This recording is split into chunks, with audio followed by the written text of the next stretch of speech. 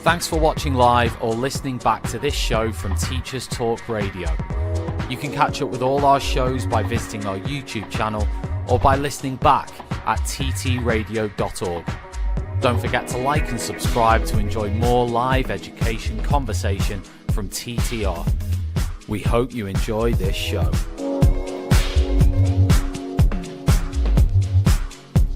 Outstanding, a world-class vision, a world-class this. I'm a real leadership geek, honestly. I've spent my whole career reading books and chatting to people. I just find the whole thing and the announcement, the way it's been announced, bizarre. If you could move away from a model where teachers are so intensely focused.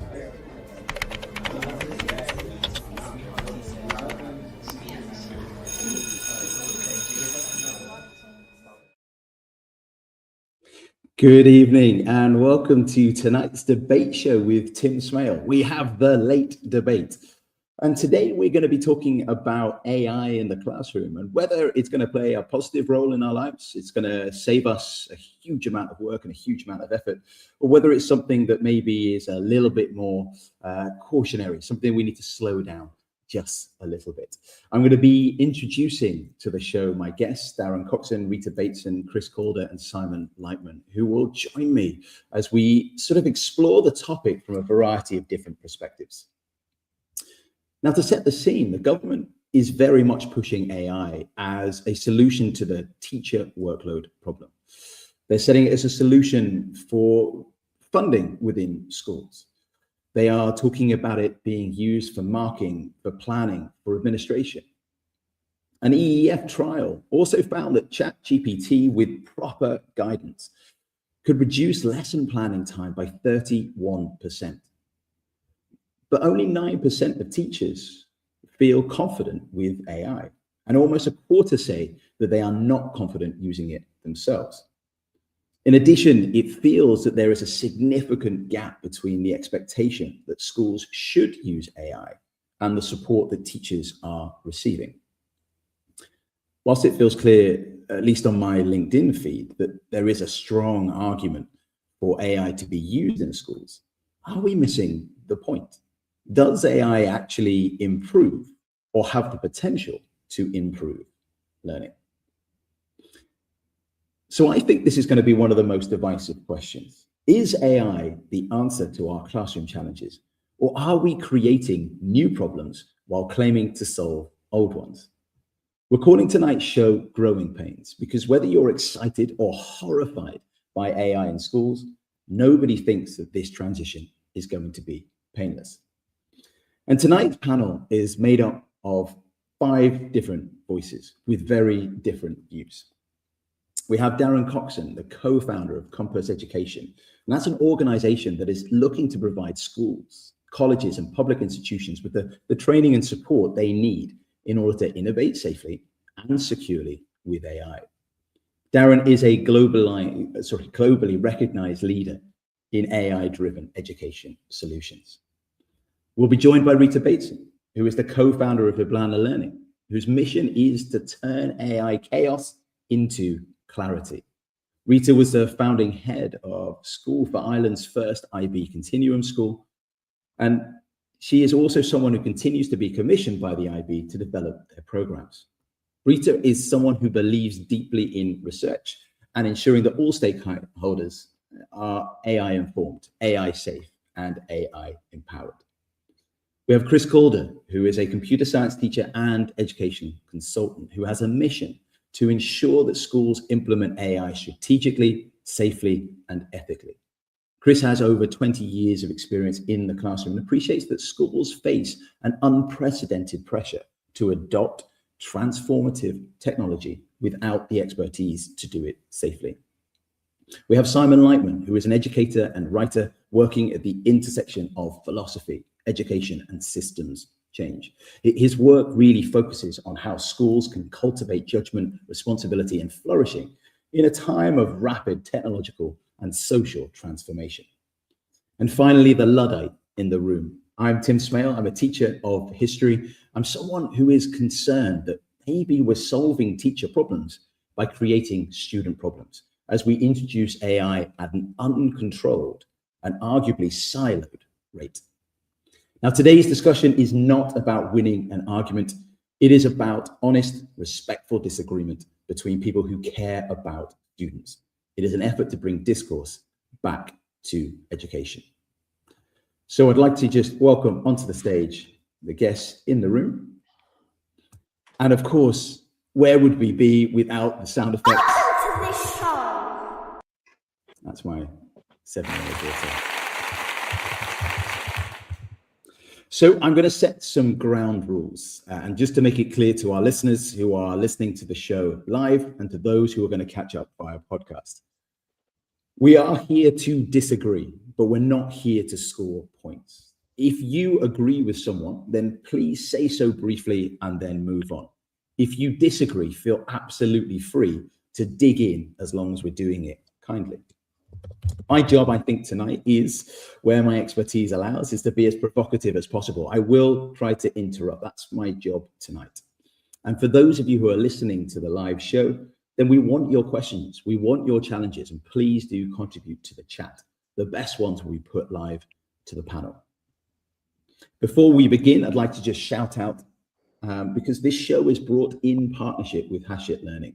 They are publishers of professional development books and resources that support great teaching and learning in schools around the world. So level up your professional development today, and please do visit www.hachetlearning.com to explore the full range of titles. So guys, thank you so much for coming tonight and welcome to the show. Thank you. We'll warm you up, don't worry. So part one, we're going to be talking about AI's potential impact on learning. So the question is going to go out to all of my guests, but Darren, I will be starting with you.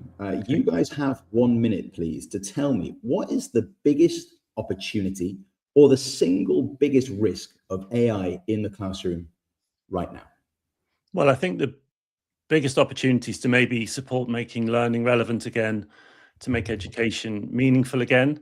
You know, we have 20% of students are persistently absent. We've got almost 1 million students who are not in education, employment and training. We've got 1/4 of students who have recognised mental health conditions. This is a really big crisis that has nothing at all to do with ChatGPT. That has everything to do with the system which is on its knees. And I believe that we have the opportunity to use AI as a tool, not the full answer, but as a tool to be able to support moving our education system in the direction that it needs to head in order to actually become meaningful and relevant again, and so that students actually want to be in school rather than have to be in school. Okay, thank you. Rita? Gosh, it's a very British context there and a very British perspective, and we work internationally as well. So I hear some of those concerns in a lot of schools I visit, but not exclusively. I think for me, the biggest focus of that first year was assessment and validity and all of these things that kind of impact what Darren is saying. For me, the greatest opportunity is just that. It's being able to rethink assessment or learning skills or whatever we want to call it, to give students a completely different experience, to give them a very different goal and a pipeline to the knowledge economy or a pipeline to trades or whatever it is that where they need to be and need to go. It's also the greatest risk, I suppose, in terms of cognition and creativity and all of those things that we worry about in the abstract. It's been made very, very concrete and very clear to us that these things are under attack. And as you said, are they the solution or are they perpetuating the problem in a different direction? Yeah, it's a lot to think about. But I think if we don't engage with these ideas, we're being professionally negligent, I think, to serve those students that Darren talks about. Thank you. Chris? Yeah, I mean, I think that, you know, AI's got a really sort of massive opportunity to help the students, especially the low attainers, with feedback, especially when they're struggling in school, similar to what Darren was saying about the, you know, the kids that are, I think, the ones that don't really want to go to school, the ones that are sort of left in the system where they're not really part of the sort of mainstream way that the school works. And I think that opportunity there to help those particular students are is a sort of massive advantage with AI. But at the same time, I think those particular students are probably the most at risk from it, with engagement and the different ways that AI can be like a double-edged sword in a way, where you can use it for massive advantages, and at the same time it can be really quite dangerous for vulnerable students. Thank you. Simon? I'm going to do the annoying philosopher thing, which I guess I'm going to be doing quite a lot this evening. But I think before we start thinking about the opportunities or risks of AI, we need to kind of zone in a little bit on what we mean by learning itself. Some of your listeners might be knowledgeable about the work of a chap called Gert Biester, and he talks about learning within like 3 domains. So you have qualification, which is about knowledge and skills, socialization, which is about how we live together, how we think, how we argue, etc. And then the final goal really is what he calls subjectification, which is this idea of how we help people to become independent, agentic thinkers who can take responsibility for themselves, etc. So if we start thinking about that, I think the opportunities become quite clear. So AI clearly can support qualification. It can, help students model how to do things. It can free up teacher time. I've seen it myself. I've seen students who have been able to improve their writing skills by working alongside AI. But I think, and I will talk about this a bit later on in the conversation, but where AI starts to complicate things is in that socialization element, in the idea of how we personalize learning in a way that is attentive to each learner.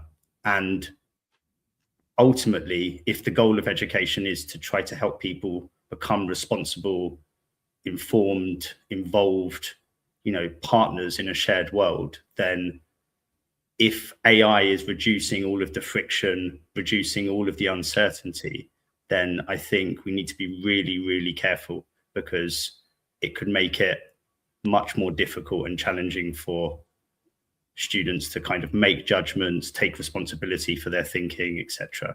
So yeah, for me, it's all about supporting learning, but looking at kind of the balance between how do we do that while allowing people to still have agency in the world, which is what we most definitely need in the complicated times that we live in. I think my perspective is one of concern at the moment in terms of the pace of change. I worry about the impact this is going to have on learning, because I worry that what we're going to be able to see within our students is the mimicry of learning certain concepts, that students will be able to parrot what they've kind of developed from AI and pass that off as their own thinking.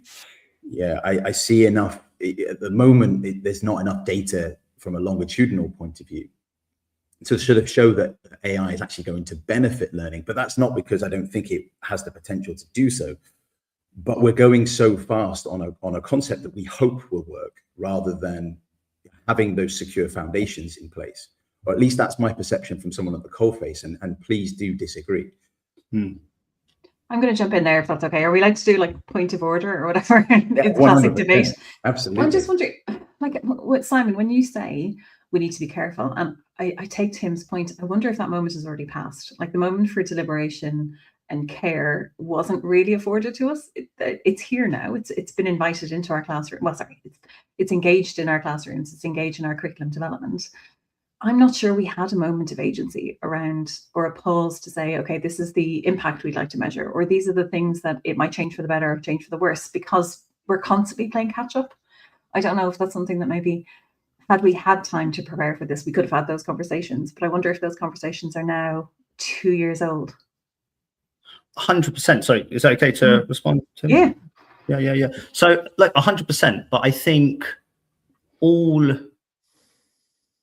changes, paradigm shifting changes, always happen in an emergent fashion.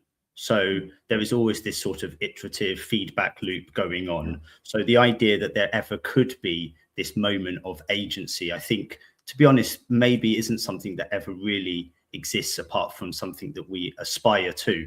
So I think really the question is, given that we are, as you say, Rita, completely immersed in this, how do we then try to step back, understand what it is that we are trying to achieve in our learning, in learning, you know, and then ask ourselves the really precise questions about, okay, is AI helping in each of these areas?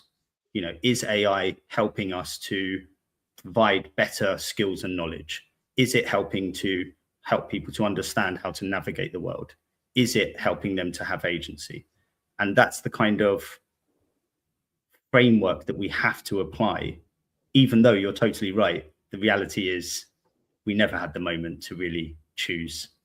And actually that point about speed, frictionless speed and optimization has become this, like, you know, wonderful thing. What's that school in the US where it says you can crush academics in 2 hours? Alpha. Yeah, you know, crush academics in 2 hours and then, you know, spend the rest of your time doing whatever.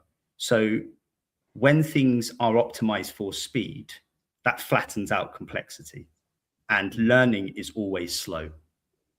And I think we need to be having conversations about how we slow down in a way that is thoughtful. But yeah, no, I take your point. Is that the case that schools need to push back, that we're not being driven by an intent to benefit learning, we're being driven by an intent to keep up? I think that sorry. I think that the speed that this is going at is causing a massive gap between people that have jumped on board early and have learned how to use some of these tools and people that are still saying, no, I don't want to. So when I'm in school, I see people that are amazingly brilliant with AI, that have moved forward. They've got safeguards. They're really looking at it from a sensible perspective. But I also see people just with their head in the sand saying, no, I'm not using these tools. And is there something wrong with that kind of approach? Because I guess what we see there as correlations with, you know, as Darren touched upon, ever increasing levels of mental health concerns within schools, which seems to correlate with, I don't know, from about 2012, when we start to see that increased proliferation of social media and increased screen time. You know, are we sort of putting the cart before the horse here, that actually we are putting something like AI in place, even though many teachers are hesitant about putting it in place, because we've maybe got things the wrong way around, and that we're just worried that we've got to keep up because we're being told we have to keep up? But I would say there's very little AI being put in place inside of classrooms. I mean, I'm working literally day in, day out with schools across the world. And actually what tends to be happening is that it's being used outside of the classroom for planning and assessment and reporting and what have you. But there's not a huge amount going on, certainly not in a systematic way, inside the classroom. What we actually have is we have an awful lot of shadow AI use. And that's shadow AI used by teachers and by students. You know, we have a lot of students, and, you know, you just need to get a group of kids in a room together. And I think I've had the advantage of working with schools and working with groups of students in the last sort of year or so, where I'm not one of the teachers and I'm not one of the school leaders. And they've really opened up to me, you know, and they're basically saying, well, quite frankly, if, you know, you can do what you like to try and control it. We are going to use these tools. You know, it's pointless you trying to stop us, because we will use these tools. You know, and they're very open, not in an arrogant way at all. They're just really, really open. But then on the other hand, you've also got students who don't like using the tools, who actually, my eldest daughter, who's just started university, she's one of them. She said, there's no place in my life for AI at the moment, which I quite like the way she phrased that. I don't need it. You know, she's doing English like I did. She said, I've got my books, I've got my tutors, I've got my Shakespeare, and I love that. I love the fact that she doesn't feel that there's a place for it in her life. But my argument is always, that's great now, it's fantastic now, but The challenge you may have when you're entering the workforce is that you will be up against, you just need to look at the data. I mean, there are more and more, just look at the Big Four as a really good example. More and more of these companies are taking school leavers who've got good AI skills. So actually, if you're going to go into the workplace without some sort of understanding of how to leverage AI to support you in your professional development and your learning, then actually you could potentially be at quite a big disadvantage. So I think we've got to be kind of mindful of that. You know, on the one hand, that we've got, you know, some teachers who are, you know, terrified of it. You've got some teachers who are embracing it. Most teachers and most students are using it in the background and not telling anyone. But you've also got employers openly saying, we're desperate. We need people with decent AI skills. It's funny that, sorry, Simon, to cut across you there, but Darren, it's funny that you say that, and we've spoken about the academically struggling students who are, or those who are academically absent. The very academically present kids have a variety of opinions too, right? They really resent teacher use of it. Oh, absolutely. If I wanted AI feedback, I could have got that myself. Like, that is a common refrain I've had I hear. say exactly the same thing. Yeah, you're absolutely right. And in the independent and the private sector and so on, like, the question becomes, what are we paying you for? I've heard parents say that in schools, and that's fascinating. Suddenly then the commodification of education is being undermined by AI.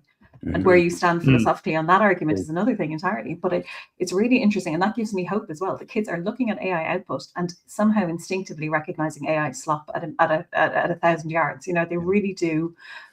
It's ironic. It's sometimes hypocritical, but they don't want their teacher using AI on them and their work, even if it was AI generated themselves. You know, it's really interesting. Just really quickly, just to add in, and then because there's just one other thing to add to that, just to sort of build on that. I had one kid, I love this, and I've been dining out on this for the last year. He said, and these were the exact words, he said, if the teacher uses AI to set the work and the teacher uses AI to assess the work, why should I do the bit in the middle? I just thought, wow. Wow. And again, it comes back to how is it going to benefit learning? Because I think I have a slight concern as well at the moment that teachers will possibly use this because there is an overwork crisis, I think, going on, the perception, or at least there's a perception from people within the cyber profession.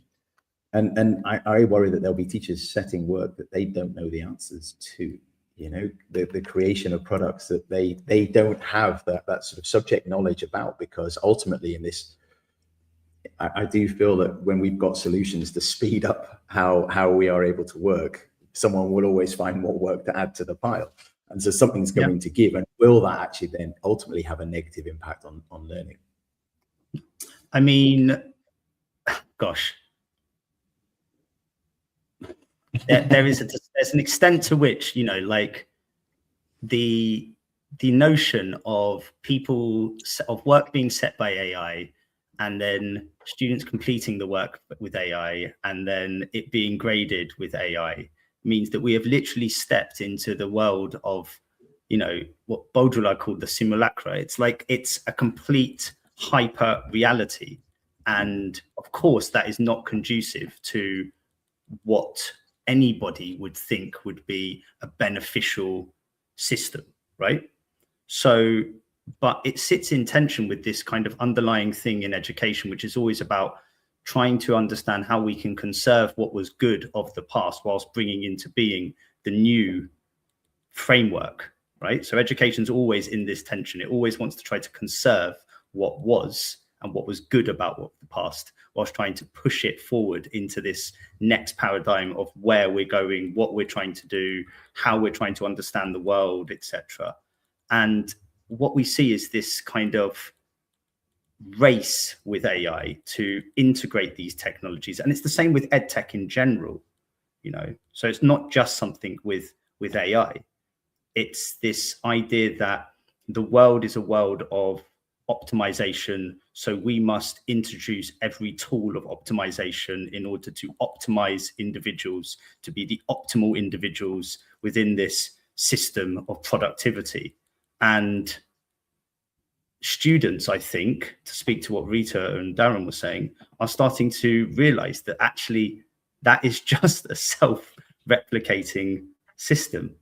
And they are starting to see through that, and see through that kind of facade of productivity and asking themselves, okay, but what would it actually mean to learn to use AI productively, etc., etc. So yeah, it's yeah, well, I can speak more on it, but let's move on to the next bit, Tim, because I think you've probably got some other questions. Before you do that, can I just put a provocation out there? And I think I'll probably turn to Chris for this one, because being in the classroom currently, is there a chance that this is like the final throes of assessment? That this is, if we look at like LinkedIn and everybody's doing napkin tools and it's amazing until everybody's doing it and we're saturated. And then suddenly, you know, infographics are incredible, then they all look the same and it devalues them. Yeah. Could this be the final devaluing of assessment? Could this be the one thing that education finally has to have a reckoning on? That maybe the essay is dead, maybe the, you know, the pre-written templated practical in science is dead. Maybe this is our opportunity to rethink group assessment or to rethink portfolio development or whatever it is. Could this actually be the final kicker? Because we're not going to do it otherwise. We didn't do it with EdTech. We didn't do it with the pandemic. We didn't do it when we had loads of opportunities with social media. Could this be the thing that finally pushes us into it? Yeah, I mean, I think with assessment at the moment, I think the essay has long been dead. You know, as soon as AI was even a thing, there was the essay. The kids can just just do a simple prompt and get that.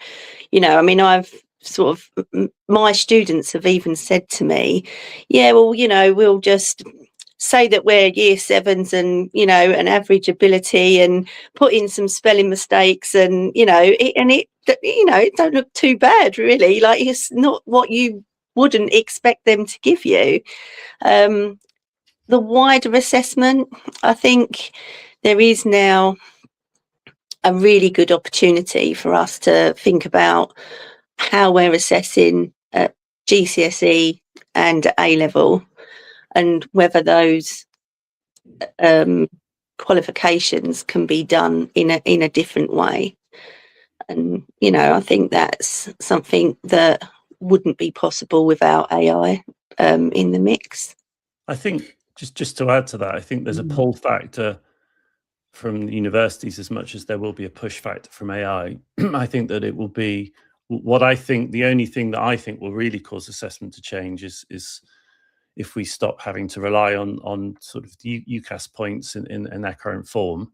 Because right now, we've always, the university's tails always wag the school dog, you know. And I think, again, if you just look at the data, if you look at the statistics that are coming through now, if you look at the number of companies that are looking, you know, if you look at the rise of apprenticeships, for example, if you look at the amount of effort that's been put into the apprenticeship sort of sector in the UK. No, I mean, but again, not just in the UK. I mean, there's a big push in, if you look at Vision 2030 in KSA and in the UAE as well. I mean, it's happening across the world, not just in the UK.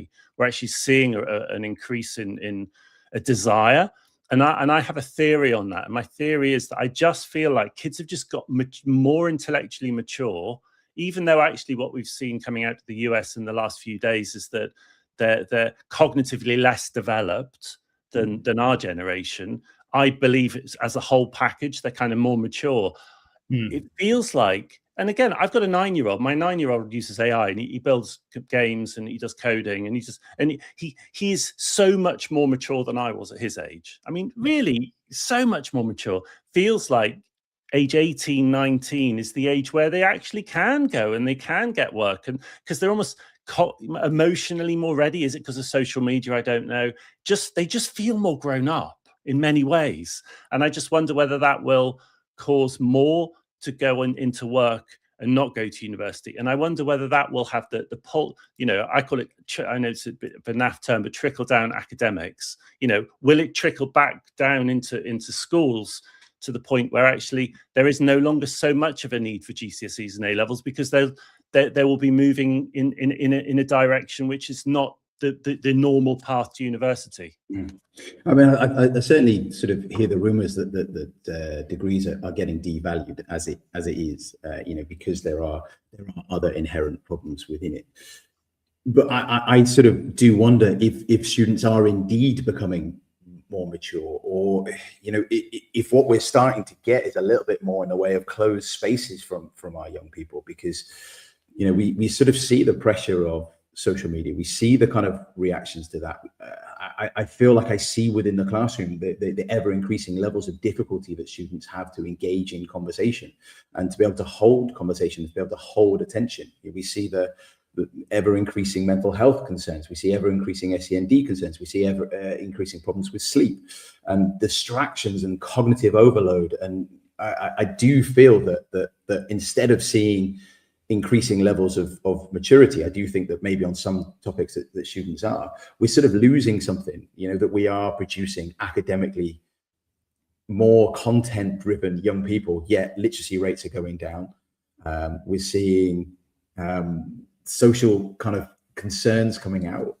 I don't know if we're seeing them. For me, I don't know if we're seeing a maturity of students. I would agree. I would agree, actually. I would say I see Darren's point that there is a wider cognitive critical capacity that young people have to navigate a complex media saturated information landscape. But those are emergent, new, interesting aspects of intelligence, of ability. But I think the traditional aspects that Tim laid out, the ability to hold attention, to have depth, etc., these are being eroded by the optimization logic of AI, because the more you interact with AI, the more you become output driven. And you said, Tim, this idea of being more content driven. Well, of course you will be, because content and output is absolutely frictionless. It's so easy to just tap into the machine and get the output. And I think we need to be careful actually to lead either into this idea that we want to try to rescue the way of being from the past because the way things used to be was better, or also jump too far ahead of like, oh well, they're young people are actually much more capable than they were in the past. I think we need to understand that there's these two conflicting streams, and we need to start to reimagine what we are doing in order to try to bring those things together. And then just finally to speak to the thing about assessment. Yes, it could usher in this new paradigm, but also let's just be honest. What really is happening is that people just don't set essays anymore. They just don't set homework. You just do it all in class, right? That's what I do. That's what all my colleagues do. You don't set essays anymore, right? You do it in class because at the end of the day, they're going to have to do an exam where they won't have AI in front of them. In fact, I even tell my students now, whenever we're talking about something, they have to close their laptop, because I have a few of them who will just literally be tapping on their AI, right? I used to use this lovely tool called Kialo, which is an online debate tool, which is really lovely. You can like have debates. I can't use it anymore because it just gets filled up with AI slop. So, and I talk to the students about how they're losing out because of that. And the real thing that we need to be bedding into our education systems is the idea of what would it mean for me to flourish and how do I learn self-control? Because in a world of ease and frictionlessness, the only thing that you have stopping you between you and the easy answer is your own self-control and your own set of values. And our education system at the moment is not set up to provide the teacher training, the frameworks, or anything to really embed values for a changing world. And that is what we need to do in the face of AI, more than any other sort of technical fix or whatever. I think there's a potential that you're both right here. Like, it's not necessarily maturity, it's savviness, it's self-censoring, it's protection, it's self-radicalization, it's knowing when to say what. I mean, we often say to ourselves, God, weren't we lucky to grow up before all of this? But I'm fairly sure that anthropologists can track it in TV shows over time. They can see where the populace in general got more guarded and less open and maybe less naive. And that's what I see in young people. I see an overwhelming sense of everything. that they were that we would have been protected from as kids. So it's an imposed maturity, maybe, and it's a savviness, it's a contextual analysis that I wish they didn't have to have. I wish they didn't have to think like that.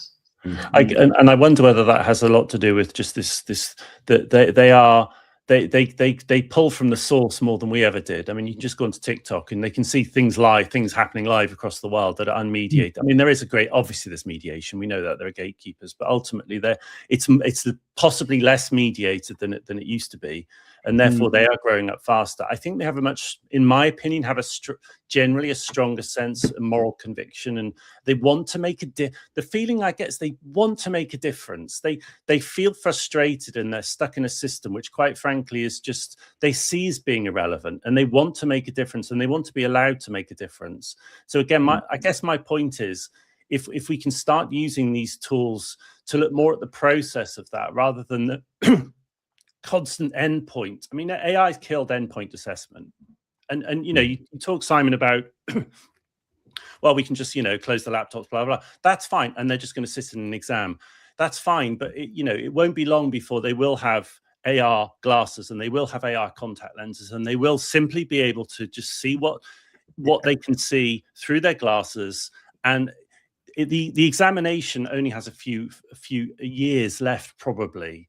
So we have to start looking. It's less about reimagining. It's about completely sort of reviewing everything that we do, because right now kids just they're bored, they're switched off, they're disenfranchised.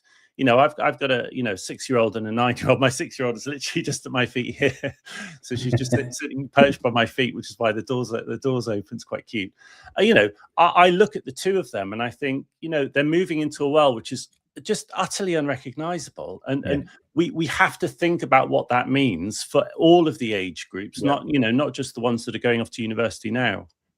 100% agree, but just very quickly, I would say that it's probably not as going to happen as quickly as we think. So never underestimate the ability of schools and society in general to use draconian, authoritarian means to take things off young people, control what they wear, control what they use, control all these things. So I could quite easily see a future where, you have every student being lined up and asked to take out their contact lenses or their AI lenses or whatever, et cetera, et cetera. I think that will happen first. You can see it with the social media bans and everything. And then finally, they won't be able to deal with it because it will become too ingrained. So I do agree with you. I just think it's going to take maybe a little bit longer, because I think there'll be a big pushback there. Isn't this the thing, though? I don't think anyone's going to mourn the sort of end of the traditional exam and the amount of pressure that puts on our young people. At the same time, we just seem to be full of these juxtapositions. Like we know that ever increasing screen time is a bad thing for our students, yet more and more of our solutions increase the amount of time that we advise they spend on the screen. And I do sort of worry about it. Sam Altman had sort of called ChatGPT a calculator for words, but he also said that ChatGPT has the ability to manipulate and persuade, and obviously that things are sort of can quite obviously be made up, which means that we will have at some point in our future facts that are factually incorrect, but they are now facts. I can imagine ChatGPT getting the date of the Second World War wrong, for example, and that becoming fact in the future. And I do worry about what version of AI we're putting in front of students. So let's kind of tap in, I guess, into that sort of experience. Like, what are we seeing that schools are doing in order to ensure that AI is being used to benefit learning? I mean, just to kind of go back to what I just said, I'm not seeing a great deal of it being used in front of students in any sort of strategic way.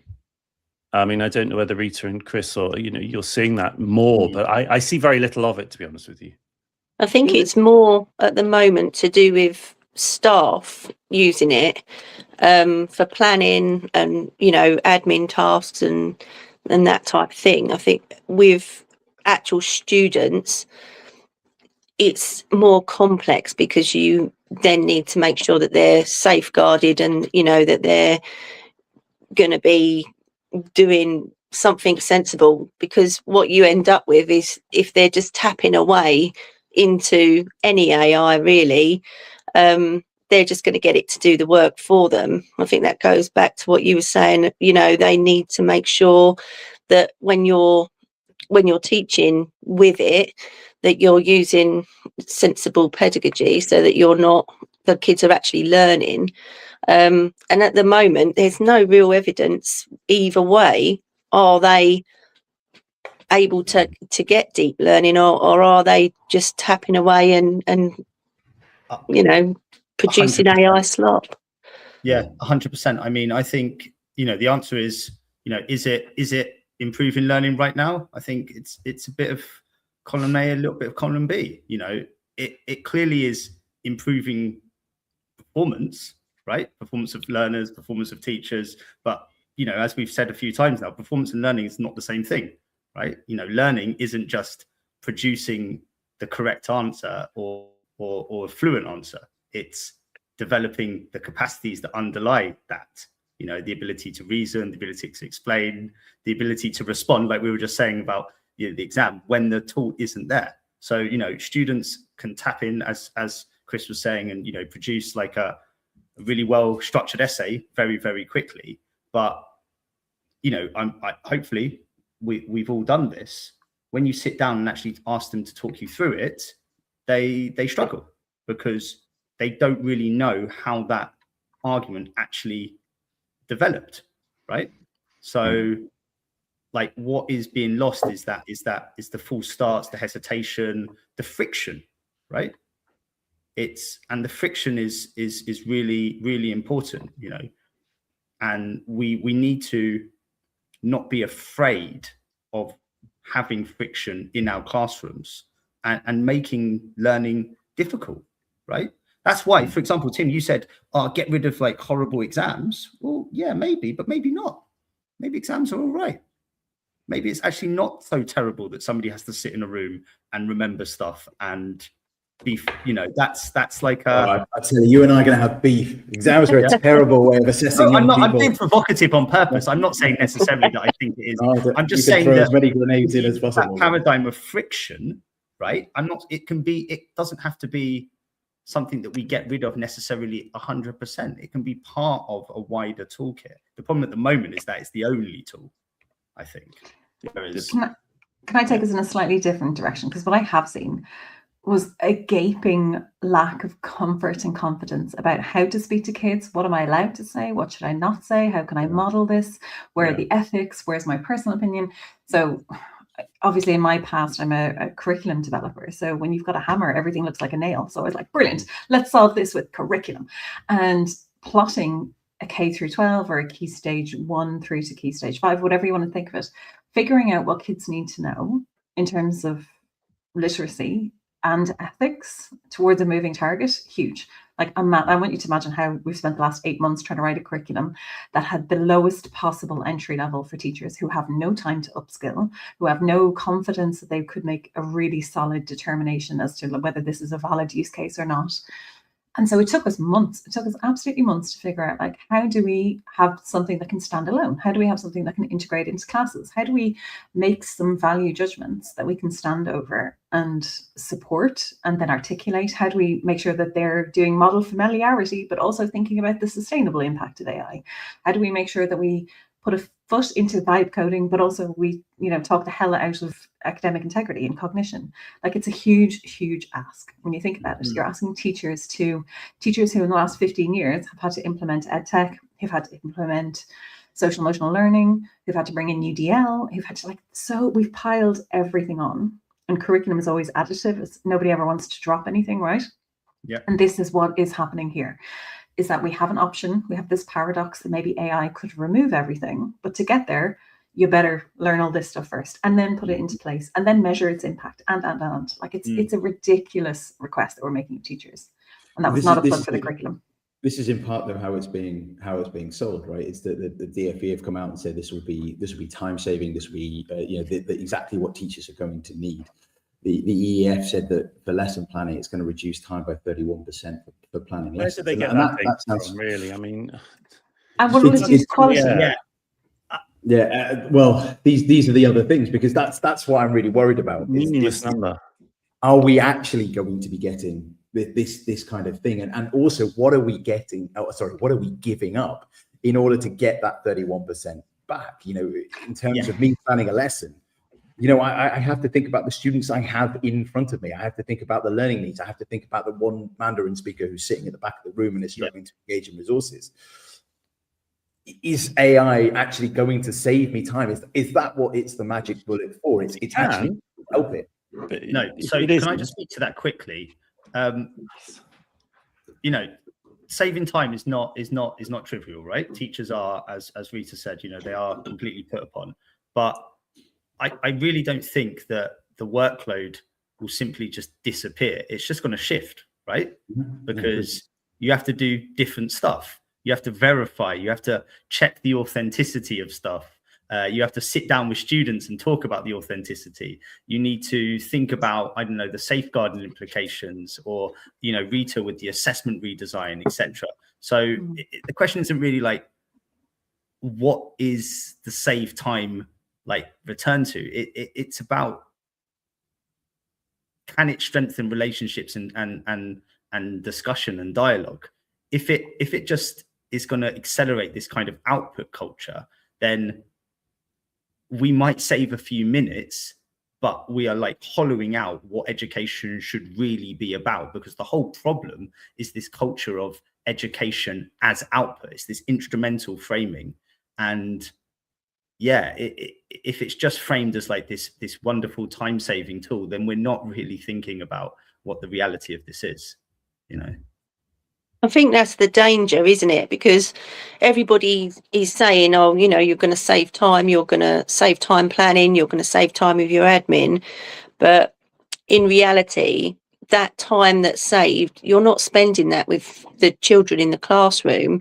You're doing other tasks that have been added on as you know, oh, and by the way, you've got this extra time. Can you do this? And can you do that? And that is, I think, the danger. It's, you know, just constant more tasks, endless tasks, sometimes completely pointless tasks that you don't really need to be doing anyway. And yet, let me just shout out to Darren on this one. And yet, if it 10x's us, right, as the software bros always love telling us, it's going to 10x us or 100x us. If it can change the way that I approach my teaching, and it happens to save me time or not, great. I think work always expands to fill the vacuum. And I think you've seen this already in schools.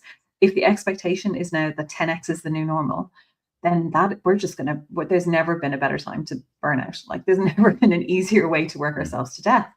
And I think that's where the safeguards come in. And already in Ireland, we've seen that the Irish teaching unions are asking for an indemnity against AI malpractice. Like, that's huge. I never thought we'd be there that quickly, but the teachers want protection from, you know, students suing them or parents suing them because of AI impacts. And we haven't thought through any of this yet. Like, it's significant. No, we're all making it up as we go along. We're all waiting for the grown-ups to tell us what to do. Yeah, exactly. And there are no. And who are the grown-ups? Sam Altman. It's us people. It's us here. Yeah, we can look to Sam Altman, are we, to give us direction? Yeah. And in a really practical way, Rita, you know, you say the work always fills up the vacuum. You know, there's this massive push to teachers having to be curators of like stockpiles of resources for their students, right? And that's just accelerated now in a time of AI. So it's not good enough for you just teach your class, they've got a textbook and they have to go out and no, you have to have curated for them a basically another online version of the textbook with all these links and everything. And of course, in an age of AI, what is everybody doing? Pumping a few prompts into AI, filling up their OneNote with AI generated stuff. Oh, look, all the parents are jumping on and saying, oh, look, that looks so wonderful. Look how on it this school is, and look how on it these systems are. When in fact, once again, it's all this performative element, right? It's the performance of productivity, and AI allows for the performance of that productivity, you know.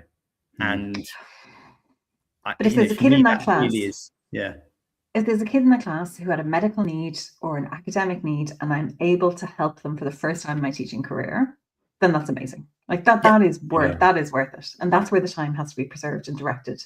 But it's having the discernment to be able to say that, and having the confidence to be able to go, do you know what, this is nonsense and this is good. And that's what I don't see in schools. I don't see that level of baseline confidence. And I think that a lot of that comes down to the fact that on the one hand, you've got the government saying AI productivity, productivity, productivity. And yet on the other hand, what are they providing us? Substandard, quite frankly, platforms. I mean, I'm sorry, but you know, the one that's been funded £43 million or will have been funded £43 million, but is yeah, exactly. That was the commitment back in 2018 or 2019 when it was first set up. It is, in my opinion, not good enough, not fit for purpose. You've got the direct, what is it called, the AI Skills Directory, whatever, which is an absolute waste of the £2 million that they paid. Is it PwC or whoever it was who were paid a vast amount to pull that thing together? You know, so on the one hand you've got, you know, AI's this and that and the other. On the other hand, you've got, you know, tools which quite frankly are not fit for purpose. But then we've actually got the opportunity to use tools like, I mean, when I often show people how to use Notebook LM. It's a great tool. It's free, works really well. It's really simple to use. It's pretty reliable. It's getting better and better with the various studio features that are, you know, and I do a lot of work with SEN, just to your point, Rita. Yeah. I just did a big piece of work with NAS and, you know, National Association of Special Schools. And there's one school in North London, and they do an amazing thing, because basically what they have is they have a notebook. They're a Google school, so they can use these tools kind of safely. And that's another big can of worms, safety and data security and GDPR and all that sort of stuff, all that good stuff. But basically they have a notebook for each student. It has completely transformed how they are able to serve the needs of their students, because it's basically a knowledge base on every single student. They can bring in curriculum, they can bring in reports, they can bring in X, Y, and Z, and it's got to know the students so well, because it's able to hold so much data on those students. That for me is transformative AI use. It's not spinning up some generic lesson plan with where the kids, as Rita said, the kids are like, well, this is AI slop. There is, you know, there was always a danger with AI. It's like AI is bad or AI is good. Well, no, actually, there's some really good uses of AI and there's some really terrible uses of AI. And we need to be putting our attention, and quite frankly, government, if you're listening, you need to be putting your money into the good uses of AI and stop funding the substandard uses of it. Yeah. More than stop funding it, put some guardrails or some walls up around these kids, put some moats around them to make sure that they are not the proprietary victims of monetization, of commodification, of SaaSification, of like delicious data sources that they are, future market sectors that they are. Put some protections around them. Exactly. And that was my argument. You know, before we started recording, I was talking about my TES article about social media bans. And that was my argument. It was, rather than pushing back responsibility onto children, or, you know, saying you can't have access to things, why don't we actually push responsibility back onto government and to actually regulate the AI companies and the social media companies to put, you know, the appropriate guardrails around these things to ensure that they are, you know, created in a way that is safe. That would be a much better, talking about, you know, the use of money and funding at the moment. I think that would be a much better use of money and funding, rather than, you know, jumping on this bandwagon of, oh, you've got something that can make you a lesson plan. Well, in all honesty, don't get me started on lesson plans in general. But this is now where I lose hope. Sorry, Tim. This is now where I lose hope in terms of, like, look what's happening to the EU AI Act. Like, it's going to be a death by 1,000. Yeah, it is. So I know. I guess the question is, do the billionaires always win? Like, is that where we are? Yeah, that's it. Who's driving progress within schools? It doesn't feel like the educational professionals within schools are the ones driving progress. It seems to be the monetization of resources. We saw it with how we were supposed to be utilizing social media in school, how we've been supposed to be using EdTech within schools, how we're supposed to be using devices in school. And I just feel that we never really developed the learning capacity of these resources to the extent that they could be leveraged. You always ended up kind of going, we've got a great idea, let's use it. Okay, Ofsted not looking at this anymore, so let's move on to the new thing. Okay, I'm just going to stop us there and just leave the penny spinning as we kind of come back to the idea of workload. But just a shout out to AQA. AQA know teachers are real experts in the classroom. That's why they work closely with teachers like you, like us, and combining your insight with their assessment expertise to create resources, tools, training, and guidance that genuinely make a difference. They're the UK's most chosen assessment organisations, so chances are you already know their work. And as we head into exam season, AQA are focused on helping teachers feel supported and ready. So if you want to find out more about how they're working with teachers like you, then just head to their website to find out a little bit more. Okay, who's actually going to benefit from this? We've talked about workloads, we've talked about learning, and now I just want to understand who's actually going to benefit from this, because you've got to love Sam Altman because he's so quotable, because he is he is out there talking about this and sort of at times being very honest, but he says that AI will be the great equalizer. But at the same time, the Sutton Trust were carrying out research with about 10,000 teachers in July 2025, and they found the opposite. They found that teachers in private schools were twice as likely to have received formal AI training. So that was 45% versus 21%. Private schools are 3 times more likely to have a clear AI strategy. And within the state sector, teachers in outstanding schools are 3 times more likely to have had training than those in schools that were rated requires improvement. And Nick Harrison, who is the CEO of the Sutton Trust, has kind of called it the digital Wild West. And to kind of quote him directly, he said it's startling how rapidly an AI digital divide is opening up in schools. The DFE says that this is cutting edge. These AI tools are going to be amazing in the hands of teachers. They're going to level the playing field. But with what training and with what budget and with what time?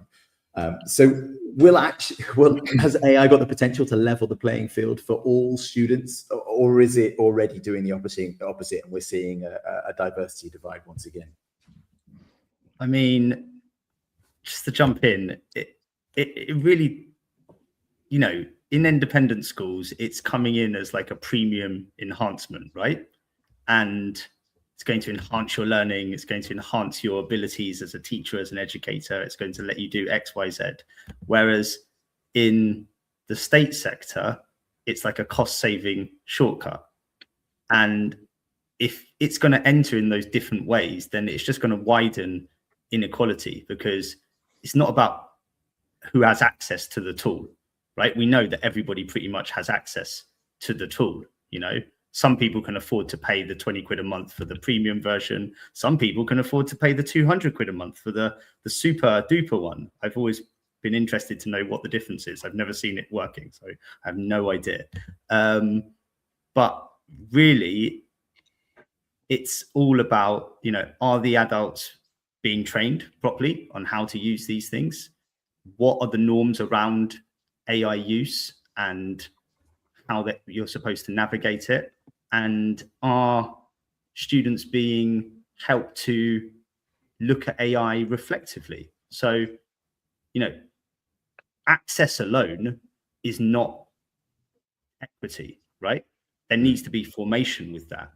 So I think it really depends on how it's being presented. If it's just being laid in front of someone, in fact, it could have the opposite effect. If some kid, this idea that, every kid's got a tutor in their pocket. Well, yeah, but what if no one's ever showed them how to use that tutor in their pocket effectively? That tutor in their pocket is not like a real human tutor, or it might be like a really bad human tutor who just does the essay for you, which is not a tutor, it's just an essay mill, right? That's not a good tutor in your pocket. Like when I tell my students who have used essay mills, that person who did that for you is not your friend, right? They have not helped you. They've deeply, deeply damaged you, right? And that is not a good thing. Well, this is exactly the same thing. If you just give this tool to a student without any framework around it, they've got this negative tutor in their pocket who's just a bad actor who will just do the work for them. Whereas if you give them the tutor in their pocket with all the framing around it of this is how you use this person properly, this is how you prompt it properly, this is how you use study mode effectively, this is how you use Notebook LM, then you've got something robust. So once again, I guess that's a question of funding and capacity. Where's the government going to put the money in? Independent schools can do this stuff. International schools can do this stuff. They've got the money. Has the state system got it? And especially around the world. This is not just about England. There's going to be a great discrepancy around around the globe as we see different countries able to put resources into these things. And therefore, will we see an even greater inequity between nations which can afford to, instill those type of values and nations which can't afford to? I'm not actually seeing that divide that you mentioned between state and private schools. I think private state schools are just as much wanting to use AI to support better learning outcomes. So, and I think Ofsted have made that very clear. They where they see AI, they expect to see it being used to not just to save money and save time, but to actually improve learning outcomes. So I definitely don't think that it is quite so binary. It's also not quite so binary with saying that all private schools have lots of money, because they don't. I mean, I've worked and managed small private schools. They're not all like the school that Tim and I once worked at, Brighton College. Some of them are actually quite cash strapped and are looking for ways that they can maybe leverage in the back office AI to save a bit of money. Okay, but it's not really a question of whether they want to do this or not. Of course, you'd hope all schools want to have positive learning outcomes. I'm just saying that in the context of how this is actually provided to a student, if they know the right framework. So I guess you're right insofar as, it doesn't need to necessarily be a question of money. That this could be done without huge amounts of investment, but it still needs to be done, right? So maybe the difference isn't between schools that can afford it and not afford it, although I do think that is a factor, but it's definitely between schools that are willing to, or institutions that are willing to put those frameworks into practice and those that are not. That's the divide. I think the biggest divide, in my opinion, is the divide between schools that are Microsoft schools and schools that are Google schools. And this, again, is just the work that I'm doing. I'm finding that the schools that have Google, and again, I'm not shouting out to either system. It just so happens that they're the two major systems that schools are using. Yeah. The schools that are Google just at the moment are at something of an advantage, because there is just more AI, which is useful from an education perspective. If you compare Notebook LM and Gemini with Gems and Storybook and what have you to Copilot, there's just a difference. So I think schools that are Google schools are just able to innovate a bit more. And I think that's showing in what they're able to achieve. And it's just, I will train schools in using Google tools, and you'll see them like, oh my goodness me, that's amazing. Yeah. Try the same with Copilot. Oh, it hasn't worked. Oh, give me a substandard PowerPoint again. So I think that for me is the divide. Can I add something here that I worry about beyond the immediate? Two things. I think, first of all, they're free and accessible and democratic for now. Right? We know how freemium works. We know how dependency moves into over dependency. So that I mean, if we put Uber aside, let's talk about like disruption. Moving fast and breaking things always leads to broken things. And we'll be, as educators, picking up those pieces. But for me, the darkest timeline is where AI becomes the standard, and it's human artisanal education that becomes really valuable and really expensive. Because at the moment, an experienced teacher and AI is a magic combination.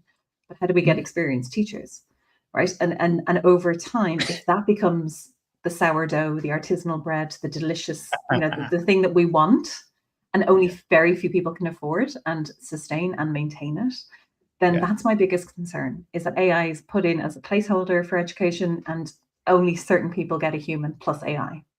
Yeah. And Rita, I honestly think that is the future. I think have I just won this debate?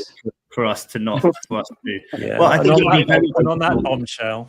Yeah, I think it will be very difficult to avoid that future unless we are willing to radically disrupt the way we understand education and what it's for and how it functions within society.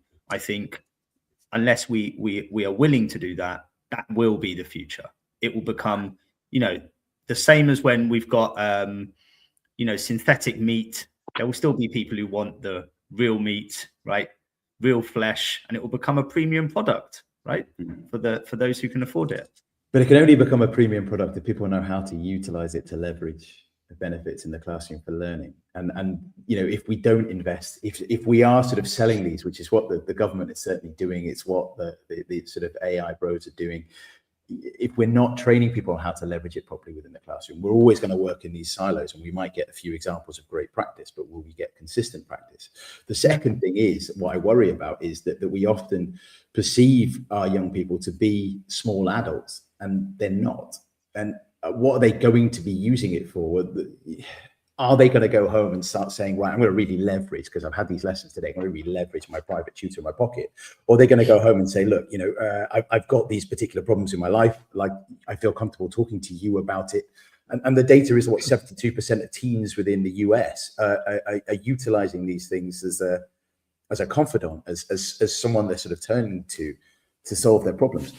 Even if we are training ourselves to leverage these for learning, are our young people going to leverage these for their own learning, or are they going to leverage them for something else?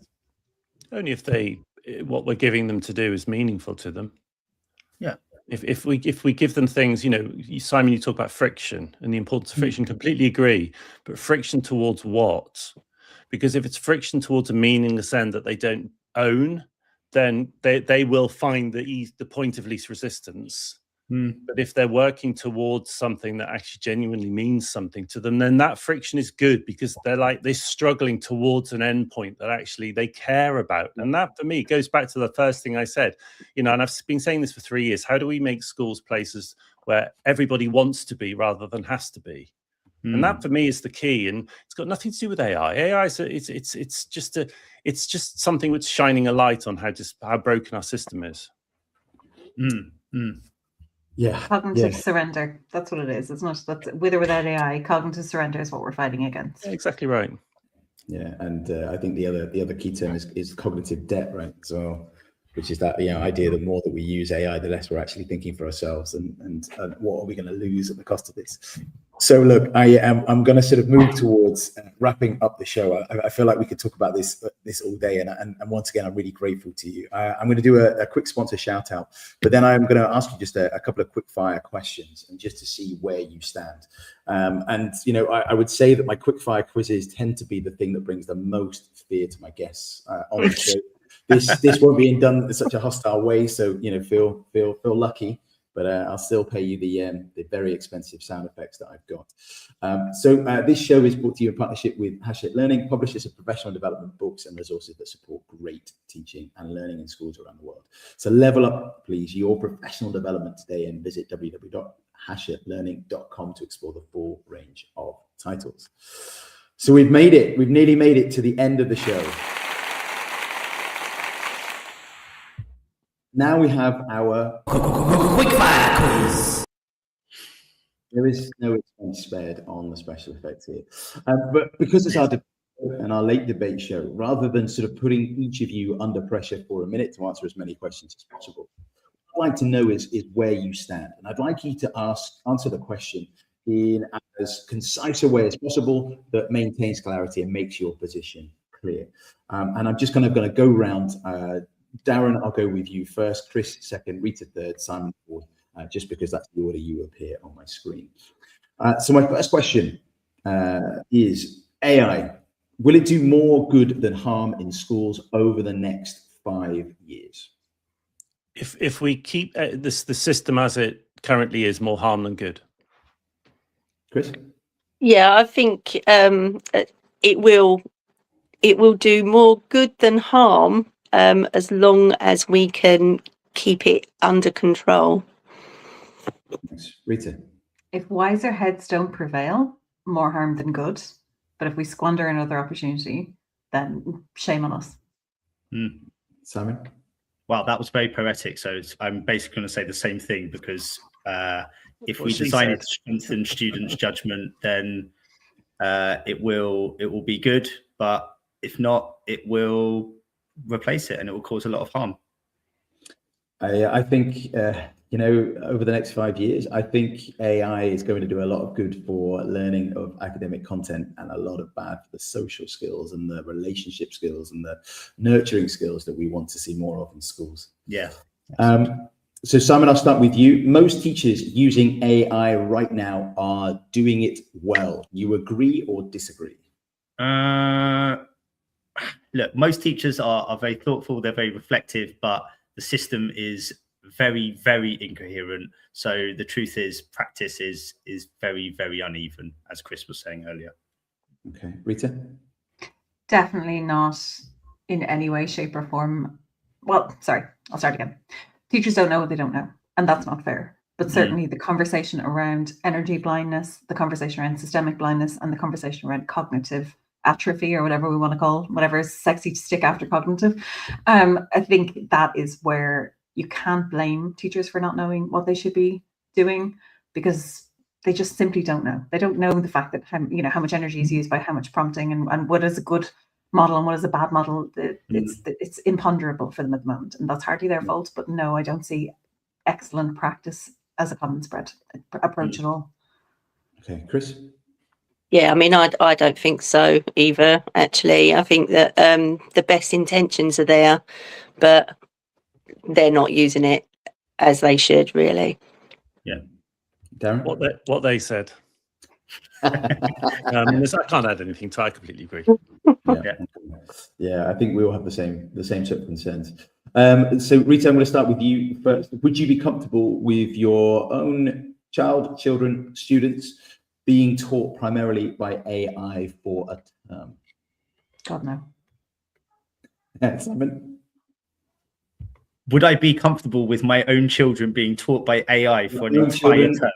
Or your students being taught primarily by AI for a whole term? Gosh, part of me is would be very intrigued by the social experiment, but definitely I don't think my wife would be happy with me doing a social experiment on my own children. So I'm definitely going to say no. But no, all jokes aside, no, I would not be happy. Not in the way that AI is set up at the moment. Darren?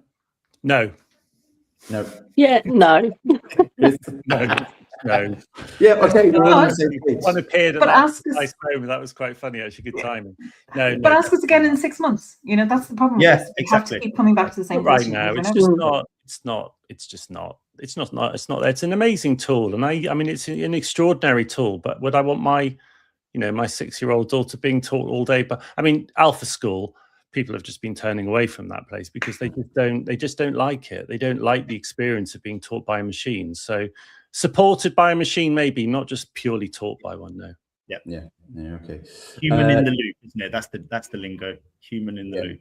Human in the loop. Chris, we should pause AI adoption in schools until we have better evidence. Do you agree or disagree? As much as I think it's a double-edged sword, I don't think we should pause it. But we should be definitely being careful with how we're implementing it. Yeah. Simon?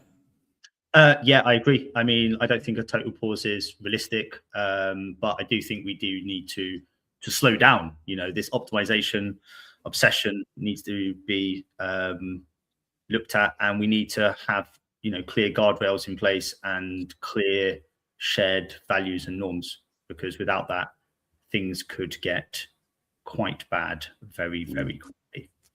Darren? Yeah, no, I just think there needs to be better. The leadership need to step into this. This is a leadership and governance imperative. Yeah. And interestingly, I spoke a few weeks ago on this, and I've never had a bigger crowd. I mean, it was just ridiculous. I mean, I had 5-6 back outside of the speaking area, and it was half of them haven't had no idea who I was. It was because I was talking about the fact that every school needs to be leading AI. Rita?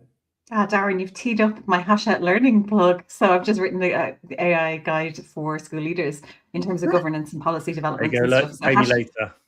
Hachette will be pleased with us, Tim. But ultimately, I think, to pause it now would be an exercise in futility, right? It would be neither of use nor of ornament to schools. So something else. I cannot get over 45 million being spent on something that isn't currently meeting the need. I think that's egregious. So I'm still shocked about that, to be honest. So I think pausing it now is utterly impossible and pedagogically futile, but urgent, accelerated, deep thinking on this and some value determinations are what's needed yesterday. Yeah. I really wish we could pause it. going to move on. I'm going to beat my drum in the background that just solved it out. How would it work? Okay. Tim, honestly, how would it work? If you paused it, how would it work? Yeah, but you asked me a question because I'd like to disinvent things, and that's the big problem, which we can't do. Ultimately, works, Tim. You're a historian, but that's it. I mean, I look at AI and I wonder what it's actually doing that's benefiting our young people at the moment. I have real issues about things that increase the amount of screen time for students. I think our young people have a poorer relationship with sleep. I think social media is a constant wiring of switching everybody on. I feel that we have become so driven by content, and that this is a sign of success, is that we increase the amount of content in our curriculums and schemes of work. That as a history teacher, I don't have time to breathe as a teacher. I don't get to play with the subject. I don't get to show the students why they fell in love with the subject. We are just cranking and getting to the exam, and I fear that AI will increase that level of pressure on our young people. And I also think that rather than developing relationships within the classroom, which I think has been my thing in the classroom for the last 20 plus years, is my ability to develop relationships with young people, to show a genuine interest. I think is becoming harder, not because I care less. I mean, I'm probably, because I'm getting older, becoming a little bit less relevant. But I do feel there are so many things that add to the cognitive load of our students that there is less and less space for those things that I think are really important. So is it possible? Probably not, because we're being forced by the beat of someone else's drum in order to deliver outcomes on AI, but we are delivering with people who are not trained to deliver it, who don't understand the safeguarding aspects of it. That's something I've talked to several of you guys about in our sort of pre-show conversations, is about the concerns with safeguarding and whether those things are out there, and whether there are slightly more nefarious practices being used by certain AI companies that are sort of trying to generate revenue and increased investment from young people. I don't know. I look at it and I think, we're being forced to do something that we have no evidence to support, because we're being forced to march to that beat. Yeah. So, but fundamentally, it is a symptom of that wider malaise, isn't it, within the system, which is that everything, I've used the term so many times this evening, but everything is optimized. Everything is understood as a means to an end in a system that is set up to create value and create outputs. And I am a philosophy teacher at heart. I love my stoicism. I've got my can't touch this mug here. He's not my favorite philosopher, but that's my funniest mug I have. But what we need to do is reorientate education towards what does it mean to flourish. Yeah. And AI can be, we can't put the cat back in the bag. It's out, but we need to keep our eyes firmly focused on what that would mean, especially as things get much more complex, and we can't just let ourselves be taken in by EdTech. My students love, I've just become like really Socratic in my classes now. Students, that they say it's the best. I use tech every now and again to do bits and pieces, but basically we read stuff, and we talk about it. I say burn it down. But I am aware. I apologize. We have been talking for a long time. I am so grateful to my guests. There are so many things on my list of prompts to talk about tonight, but we've run out of time. And I think the debate can certainly continue. We have set out to try and disagree tonight. I felt like we were all way too fluffy and agreed with each other. But it's so clear that we all care deeply about our students, and we do see things from different points of view. I don't think the conversation should end here. I think ultimately it's happening in our staff rooms. It's happening in department meetings. It should happen in the classrooms. And I think we've got to keep having these conversations and testing the robust nature of AI and why we're doing what we're doing within the classroom. I think we should keep disagreeing. I think we should keep putting students first, even when we don't agree on what that actually means. So I'd like to say a massive thank you to Simon, to Rita, to Chris, to Darren for taking the time to appear on the show tonight and to engage so thoroughly and warmly in our debate. You have been listening to the debate show with Tim Smale on Teachers Talk Radio. Thank you very much to all of our guests. and have a wonderful rest of the evening. Outstanding and world-class vision and world-class this. I'm a real leadership geek, honestly. I've spent my whole career reading books and chatting to people. I just find the whole thing and the announcement, the way it's been announced, bizarre. If you could move away from a model where teachers are so intensely focused